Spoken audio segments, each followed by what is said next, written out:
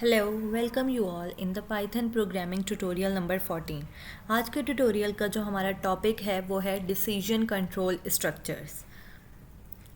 तो सबसे पहले हम देखते हैं डिसीजन कंट्रोल स्ट्रक्चर्स हम यूज़ क्यों करते हैं, मतलब हमें क्या ऐसी ज़रूरत पेश आती है कि हमें डिसीजन कंट्रोल स्ट्रक्चर को यूज़ करना पड़ता है।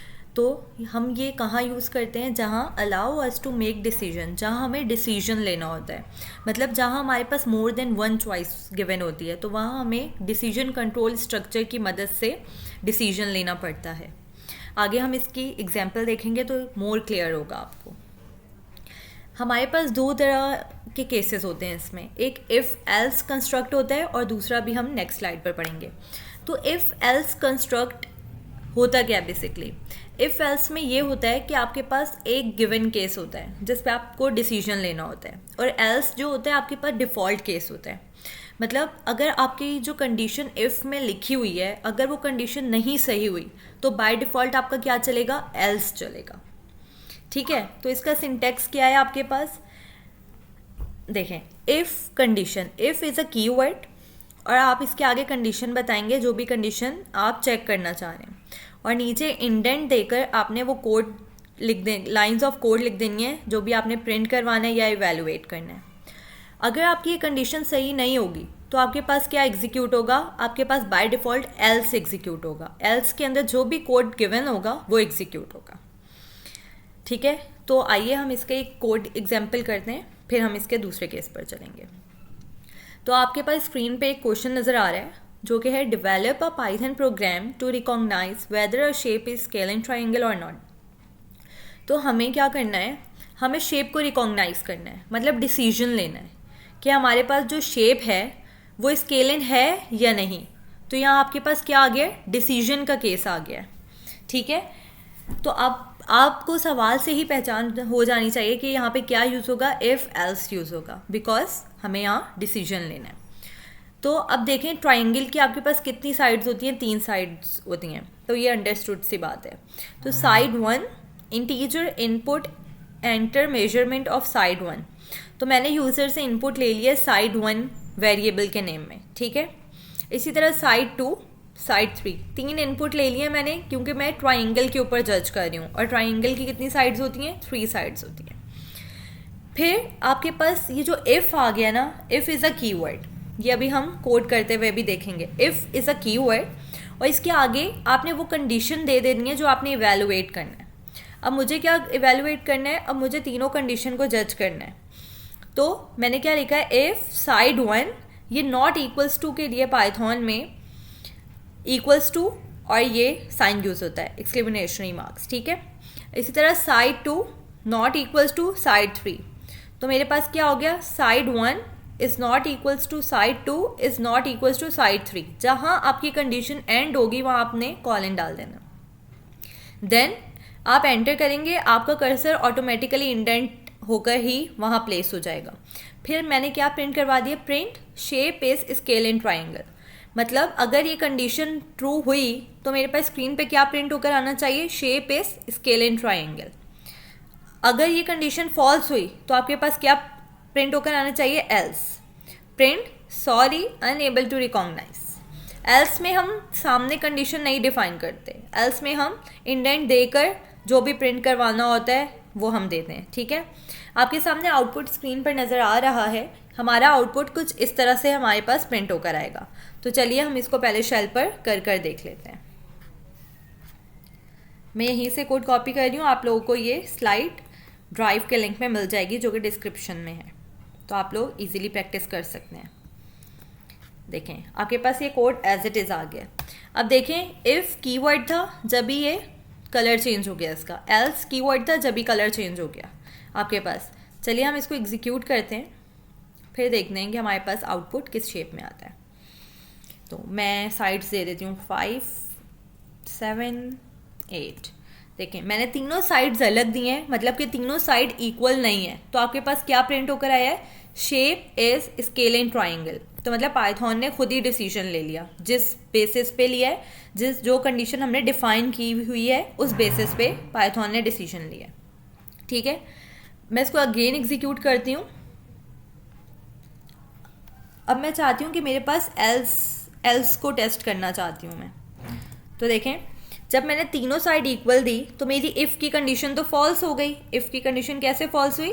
क्योंकि यहाँ पे मैंने क्या लिखा था, side 1 is not equals to side 2 is not equals to side 3। If की कंडीशन तो मैंने ये दी थी ना कि तीनों बराबर नहीं होनी चाहिए, और यहाँ पे जो मैंने इनपुट दिया है वो मैंने क्या दिया है, 4 4 4। इसका मतलब ये इक्वल हो गई। तो अब मेरे पास यहाँ पे क्या एग्जीक्यूट हुआ है, एल्स एग्जीक्यूट हुआ है। तो हमने यहाँ दोनों केसेस के लिए इसको जज कर लिया है, एल्स के लिए भी और इफ़ के लिए भी। अभी जो हमने डिस्कस किया है बेसिकली वो क्या था, इफ़ एल्स कंस्ट्रक्ट था। ठीक है, इफ़ के अंदर वो कंडीशन हमें देनी होती है जिसमें हमें डिसीजन लेना होता है, और एल्स आपके पास डिफ़ॉल्ट केस होता है कि अगर वो कंडीशन फॉल्स हो गई तो आपके पास ऑटोमेटिकली क्या एग्जीक्यूट हो जाएगा, एल्स एग्जीक्यूट हो जाएगा। चलिए अब हम इसके दूसरे के कंस्ट्रक्ट पे चलते हैं, इफ़ एलिफ कंस्ट्रक्ट। इसका जो सिंटेक्स है सिमिलर वैसा ही है जैसे आपने इफ़ एल्स पढ़ा था, बट इसमें एक और कंडीशन का इजाफा हो जाता है, वो है एलिफ। एलिफ कब यूज़ करते हैं हम, जब आपके पास और ज़्यादा कंडीशन बढ़ जाए। मतलब आपके पास अभी तो आपके पास सिर्फ 2 थी ना, एक चीज़ पे आपने डिसीजन लेना था स्केल इन है या नहीं है। अब जैसे अगर मैं आपको बोल दूँ, अब आप एक कोड बनाए जिसमें आप चेक करें कि आपने जो इनपुट दिया है वो स्केल इन है, इक्विलेटरल ट्रायंगल है या कुछ भी नहीं है, तो अब आपके पास कितनी कंडीशन हो गई, 2 कंडीशन हो गई। ठीक है, तो जहाँ भी आपके पास 2 कंडीशंस आ जाएं, या तो ये या तो ये या तो ये, अदरवाइज एल्स, या इससे भी ज़्यादा कंडीशंस आ जाएं, तो आप क्या यूज़ करते हैं, एलिफ। एलिफ की कोई लिमिट नहीं होती, आप मल्टीपल एलिफ यूज़ कर सकते हैं, जैसे if elif elif elif else. आपकी लॉजिक पर डिपेंड करता है कि आपको कितने एलिफ की नीड्स हैं, मतलब कितने डिसीजन लेने हैं। ठीक है, तो अब इफ़ एलिफ कंस्ट्रक्ट का सिंटेक्स आपको समझ में आ गया होगा, सेम इफ़ की तरह है। एलिफ के भी आगे कंडीशन डिफाइन होती है, जो भी हमें जिस पर इवेलुएट करना होता है, और जो भी प्रिंट या एग्जीक्यूट कराना होता है वो हम इंडेंट देकर लिखते हैं, और एल्स सेम वैसे ही वर्क करता है एज अ डिफ़ॉल्ट केस। ठीक है, आइए हम इसकी एग्जाम्पल देख लेते हैं। वही कोड मैंने यहाँ पे लिया है लेकिन इसको थोड़ा मॉडिफाई किया। अब यहाँ पे देखें हमें क्या करना है, develop a Python program to recognise whether a shape is scalene triangle और इक्विलेटरल ट्राइंगल। तो अब आपके पास यहाँ 2 कंडीशन पे इवेलुएट हो रहा है आपका प्रोग्राम, स्केलिन ट्राइंगल पे भी और इक्विलेटरल ट्राइंगल पे भी। तो देखें इनपुट वाली चीज़ सेम है, सिमिलर है। इनपुट लिया हमने यूज़र से, 3 ही इनपुट लिए क्योंकि ट्राइंगल के ऊपर जज हो रहा है सब। देन ये फर्स्ट इफ़ वाली कंडीशन एज इट इज़ है, अगर साइड तीनों अनइक्वल हुई तो आपके पास क्या प्रिंट होकर आएगा, शेप इज स्केलिन ट्राइंगल। अब आप देखें इफ़ की जगह अब आपने क्या नीचे कर दिया, एलिफ कर दिया। एलिफ में मैंने दूसरी कंडीशन डिफाइन की है, अगर इफ़ फॉल्स हो जाएगा तो एलिफ चलेगा, अगर एलिफ भी फॉल्स हो जाएगा तो आपके पास क्या चलेगा, एल्स चलेगा। Python line by line execute करता है। तो मैंने एलिफ में क्या दिया है, साइड 1 बराबर है साइड 2 के, बराबर है साइड 3।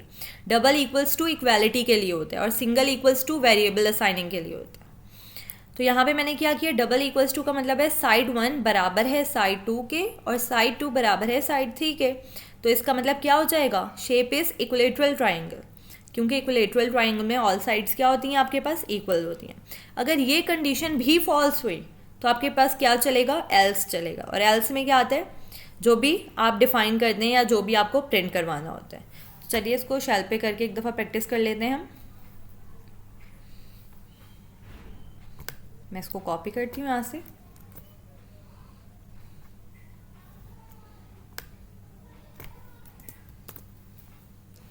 Now execute.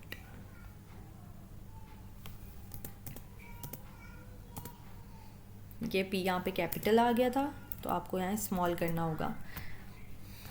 ये मिस्टेक्स हो जाती हैं कॉपी एंड पेस्टिंग में, तो आपने जब स्लाइड से कॉपी करना है तो ध्यान रखना है।